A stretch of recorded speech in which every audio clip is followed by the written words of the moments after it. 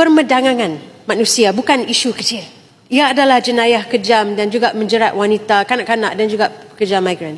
Namun dalam Pelanjawan 2026 mampu menerima hanya 2 juta ringgit. Jumlah yang terus terang tak masuk akal jika dibandingkan dengan skala masalah TIP di Malaysia.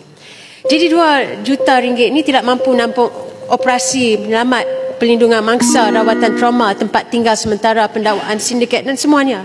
Jadi jika Malaysia mahu keluar daripada pemantauan antarabangsa, jika kita perlu lebih daripada sekadar merupakan menunjukkan angka-angka simbolik.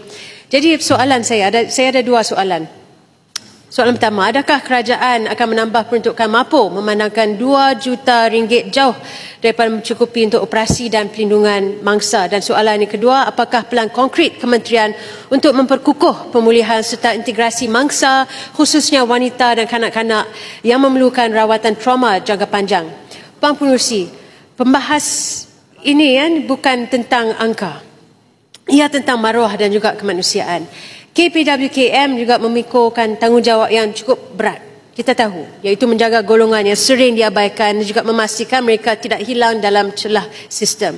Tapi saya percaya kementerian ini mempunyai hati, tenaga dan kemampuan untuk menjadi harapan yang benar-benar menyentuh hidup rakyat. Dengan ini, Bukit Mendira menyokong.